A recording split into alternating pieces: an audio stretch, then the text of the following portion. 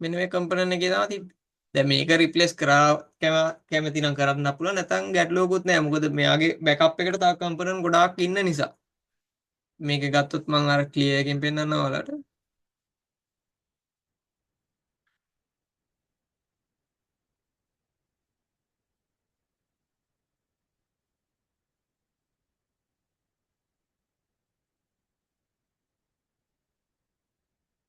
මෙන්න මේ කම්පොනන්ට් එකේ තමයි ලෙඩේ තිබ්බේ.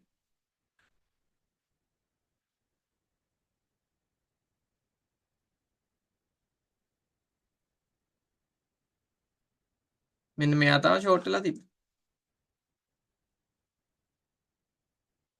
ගොඩක් ඉතින් මාරු කරනවා නම් හොඳයි ඉතින්. සමහර කට්ටිය ඉතින් කම්මැලි නිසා මාරු කරන්නේ නැහැ. මෙන්න මෙයාගේ තමයි ලෙඩේ තිබ්බේ.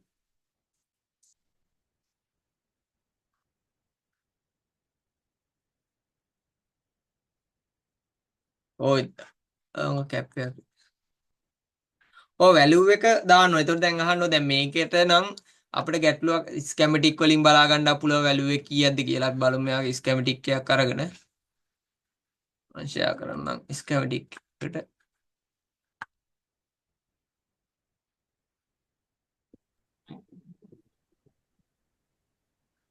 බලමු අපි මෙයාගේ වැලියු එක කීයක් පෙන්න සමහර ඒ වගේ පෙන්වන්නේ නැහැ.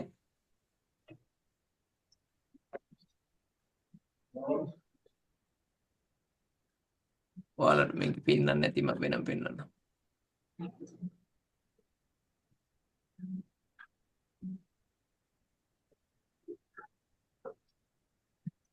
මොකද සමහර iPhone වල වගේ ස්කැමැටික් මම දැක්කේ නැහැ. මේ Samsung වල හරියටම තියෙනවා.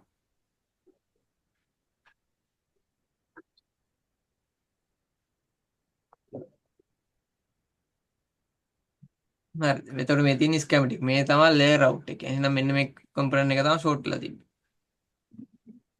බලමු අපි මෙයා කොහෙද තියන්නේ කියලා. මේ තියෙන නැනෝ පැරට් 10000ක මේ කැපැසිටර් එක තමයි තියෙන්නේ. එතකොට මෙයාගේ දරන්න පුළුවන් වෝල්ටේජ් එක තමයි වෝල්ටේජ් 10ක්. මැක්සිමම් වෝල්ටේජ් 10ක් දරන්න පුළුවන්. එතකොට ඔයාට ඕන නම් මේ වගේ එකක් හොයලා දාත හැකියි. දැන් දාන්න ඔයාට එකක් දැන් බලමු අපි සාමාන්‍ය මේ වගේ එකක් කොහෙද ගන්න තියෙන්නේ කියලා. අපි ගාව J5 එකක් තියෙනවානේ. J5 ෆෝන් එකේ ස්කැමැටික් එකක් තියෙනවා. බලන්න. සිලෙක්ට් කරලා ගමු. මෙයානේ මෙයාගේ බෑ. ඒතර මේකේ නම් නැන කොහේ හරි වෙන ස්කැමැටික් එකකින් තියෙන එකක් හොයලා ගන්න ඕන. 10000ක් මේ තියෙන්නේ. අන්න මේ වගේ කැප් එකක් පුළුවන් 1000නේ 10 එකක් ඕන. සිද්ධ. ඔයගේ ස්කැමැටික් එකකින් හොයලා බලලා ඔයාලට ගත හැකි. ඒක වැලියු එකම දාන්න ඕන. නැත්තම් මොන හරි VPS ලයින් එකක් දාන්න පුළුවන්. හරියටම දාන්න ඕන නම් ඔයා ඉතින් මේ තියෙන වැලියු එක හොයලා වෙන ෆෝන් එකකින් බලලා දැම්මනම් තේරෙනවද? මොන හරි ගැටලු තියෙනවද? තා පස්සේ තියෙන අහන්න බෑ.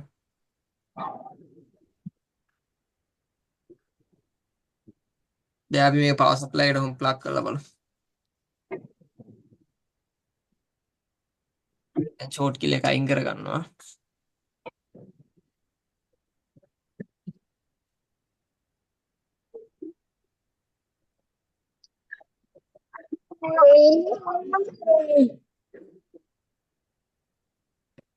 කේබල් එක දෙක කොහොමද තරම් තිබ්බනේ. අපි බලමු මේකේ පවර් ලයින් එක මොකක්ද කියලා.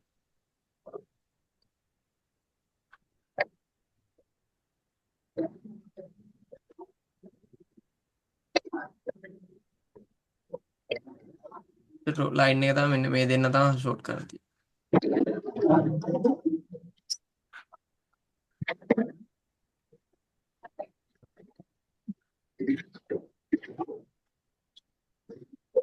හරි.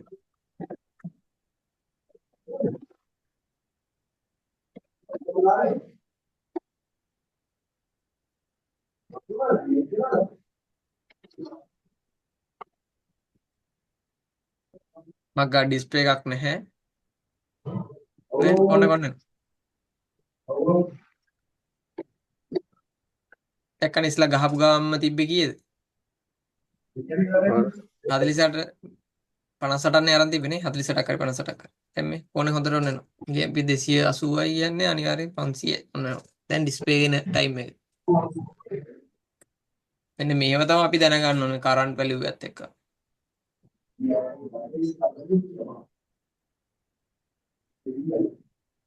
තේරුණාද? පොඩි පොඩි දේවල් තියෙන මේක අර මුල ඉඳන් හරියට ඔලුවට දාගත්තා නම් ලේසියි කරන්න. නැත්තම් මේ ෆීල්ඩ් එක අමාරු නැහැ. අර ගොඩාක් කට්ටිය දැන් එක එක විදියනේ ඉතින් තියෙන්නේ. ඒක හරියට දෙයක් ඉගෙන ගත්තා නම් මුලක ඉඳන් මේ ගැටලුවක් නැහැ. ඔයාලට වැඩේ කරන්න පුළුවන්.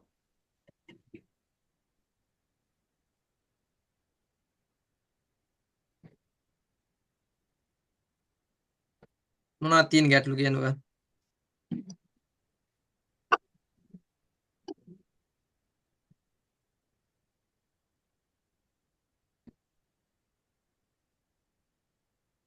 අපිට පොඩි විනාඩි 15ක් විතර තමයි තියෙන්නේ ටයිම් එක.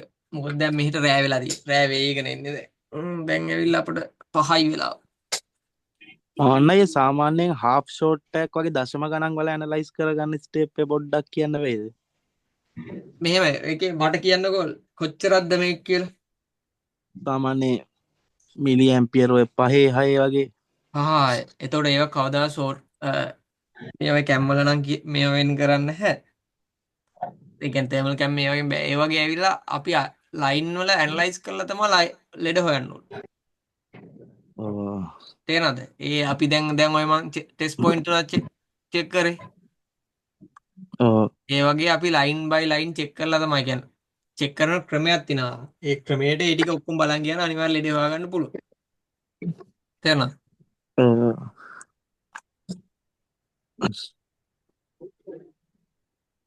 අර පොඩ්ඩක් ඉතින් මහන්සි වෙනවා. ඒ වර එකවර විනාඩියෙන් දෙකකින් හම්බෙන්නේ නැහැ. චුට්ටක් ඉතින් try කරන්න ඕන. try කරන්න කියන්නේ ඒ තියෙන විදියට චෙක් කරා නම් හරි ඉතින්. ස්ටෙප් එකකින් යන්න ඕන. දැන් ඔයාලා ගොඩක් කටිය මම දැකලා තිනා ස්ටෙප් එකක් නැහැනේ. කරන්නම් වාලේ ඔහේ කරගෙන යනවනේ එහෙමනේ තියෙන්නේ. දැන් මේකේ අපි ගද්දි ස්ටෙප් ටිකක් දැන් ඔයාලා අද අපි පළවෙනි දවසේ ඔයාලා තේරුණානේ ඉතින් මේක පොඩි දෙයක් තියෙන මුල් ටික ටිකෙන් ටික ඉතින් අපි මේ ඉගෙන ගන්න මේ ලයින් එක ඩිස්කනෙක්ට් වුණා. දැන් ගොඩක් කට්ටිය මම දැකලා තියෙනවා දැන් ඔය දැන් චාර්ජින් එකක් ගත්තා නම් ඔයාලගේ අයිඩියා එකක් තියෙන නෝ චාර්ජින් නම් මොනවද? කෙලින්ම තියෙන්නේ මේ චාර්ජින් IC එක ඔය ටික කොයිල් එක මාරු කරන ඕනේ. දැන් මම දැකලා තියෙනවා තර්මිස්ටර් ලෙඩ එනකොට එහෙම කොහොමද? තර්මිස්ටර් එක ෆලෝ කරන්නේ නැහනේ කවදාවත් YouTube එකට ගියා. මොඩල් එක ගැහුවා. ගහලා බලනවා තර්මිස්ටර් ලෙඩේ මේ මොකද්ද කරන්නේ? මොකද්ද බලලා රිමූව් කරලා දානවා. ඒකනේ කරන්නේ. ඒතර ඒක නෙමෙයි වෙන්න ඕනේ. ඒ ලයින් එක බලලා ඒ ලයින් එක ෆික්ස් කරන්න ඕනේ. ඒව තමයි රිපෙයාර් කියන්නේ. නැත්නම් වීඩියෝ එකක් බලලා මේ තර්මිස්ටර් එක අයින් කරලා දාන එක නෙමෙයි. කොහොමද තර්මිස්ටර් එක වැඩ කරන්නේ? අන්න ඒව තමයි ඉගෙන ගන්න ඕනේ. තේරුණාද? ඔව්. හැම දෙයකටම ක්‍රමයක් තියෙන. ක්‍රමයට තමයි යන්න ඕනේ ඔක්කොම මුල. ඔක්කොම එකවර බෑ ටික තමයි යන්න ඕනේ. ඒ කියන්නේ ස්ටෙප් බයි අපි ෆෝල්ට් ටික හරියට ඉගෙන ගත්තා නම් ලේසියි අපිට. ඒතකොට ඕනම් ෆෝන් එකක් හදන්න පුළුවන්. ඒතකොට අනිවාර්යෙන් හෑන්ඩ් ස්කිල් එක හදා ගන්න ඕනේ CPU වලට. මොකද මේන් IC ටිකනේ ඕකට බය වුණොත් මොකුත් කරන්න බෑ. ඒතකොට අත ගහන්න බයයි මේ මොනවා හරි වුණොත් ආයෙ හදා ගන්න බෑනේ. ඒ හින්දා මුලින්ම කරන්න ඕන CPU. දැන් මම ලංකාවේ ඉන්නකොට ගොඩක් වෙලාවට මුලින්ම පටන් ගත්තේ CPU. CPU ටික උගන්නලා තමයි මම ලෙඩ පටන් ගත්තේ. මොකද දැන් අපි උදාහරණයක් ගමු. ඔයාලගේ මොකක් හරි මේ ඩිස්ප්ලේ එකේ ලයිට් හරි මොකක් හරි අපි ගමු charge වෙන්නේ නැහැ. එතකොට charging IC එකට තියෙනවා මේ මොනවද? I2C line තියෙනවා. I2C line එකක් මෙයාලා දීපුවා charge දෙන. ඉතින් ඒක ලෙඩේ දැනගත්තත් වැඩක් නැහැ නේ දැන්. හදන්න බැයින. අපි ගමු ඔව්. NS එකක්.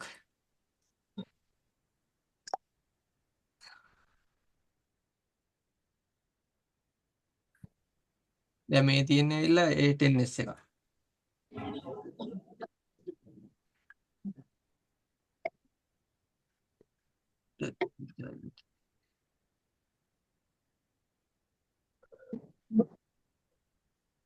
මේ ස්කැමටික් පොඩ්ඩක් කියව මොකද හැම ෆෝන් එකම ස්කැමටික් නෑනේ. එතකොට අපි මේවා එහෙම ඉගෙන ගන්න ඕනේ. මේ බලන්නකෝ. සෝරි ඔයාලට පේන්නේ ස්ක්‍රීන් එකේ.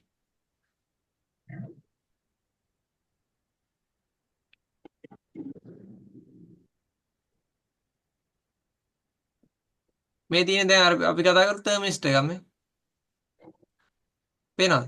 දැන් මේ තර්මිස්ට් එක තමයි ඔයාලා මේ වෙලාව මේ රවුන්ඩ් කරලා තියෙන RT 600 කියලා තියෙන 604 කියලා තියෙන මේ 100k තර්මිස්ට් එක. මේක ඔයාලා කරන්නේ මොකද්ද? වීඩියෝ බලලා රිමූව් කරලා දානවා. ඒක නෙමෙයි රිපෙයාර් එක කියන්නේ. හරිද? එහෙනම් මොකද්ද මේක බලන්න ඕනේ මොනවද වෙලා තියෙන්නේ කියලා. එහෙනම් මෙයාට බලන්නකො මෙයාට තියෙන්නේ මොකද්ද? වෝල්ටේජ් එකක් එන්න ඕන. එතකොට මෙයාට ලයින් එකක් එන්න ඕන.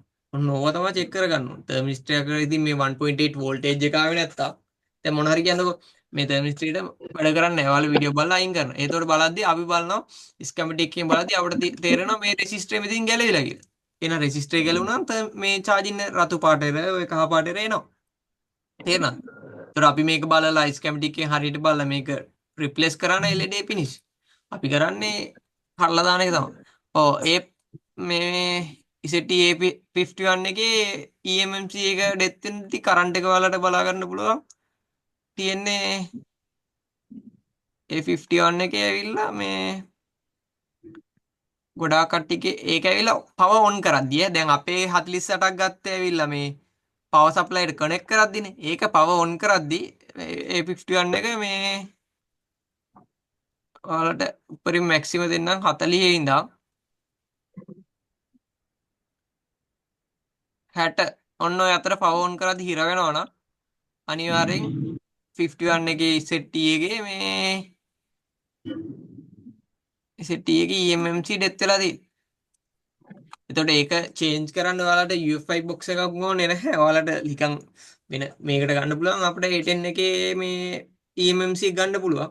හැබැයි ඔයාලට Pandora හරි නැත්නම් අපි දාලා තියෙන මේ උදයන්ග දාලා තියෙන මොකද ඒකෙන් Pandora එකෙන් ME එක fix කරන්න ලේසි. නැත්නම් ඔයාලා තියෙන ME එක ගැව්වත් country lock එකක් වෙනවා. තේරෙනවද? ඒ හින්දා අනිවාර්යෙන් ඔයාලා මේ Pandora එකක් තියෙනවා නම් ලේසි ඔන්ලයින් එකක් හරි. එතකොට මේකත් ෆික්ස් කරලා එකෙන් නිකන් ෆයිල් එකක් ගහලා මේ IC එක ගහලා මේ රීබෝල් කරලා ෆ්ලෑෂ් කරන්න තියෙන USB.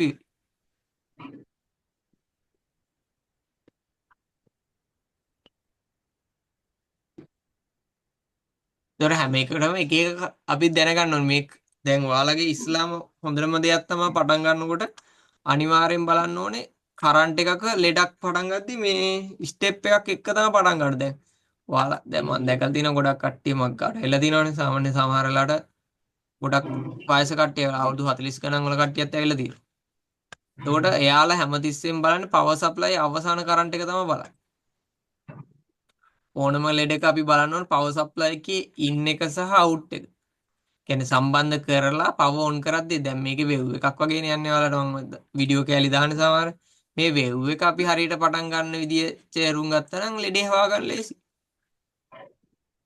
ඒකට එක්ස්පීරියන්ස් එකක් ඕනේ නැතුව දවසින් දෙකෙන් නම් බෑ.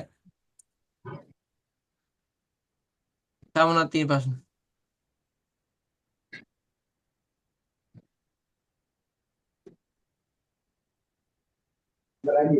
Nokia ෆෝන් එකකට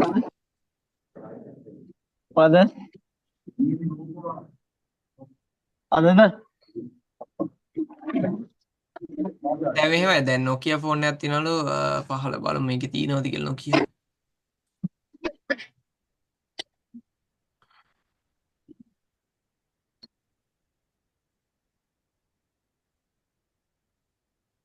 Nokia 1557.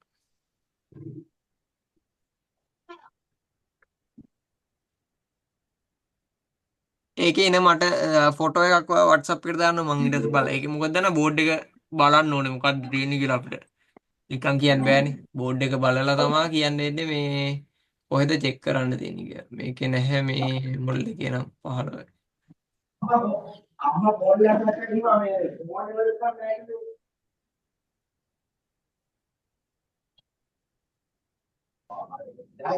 කියන්නේ මේ charging ගැටලුවක් දාවේ.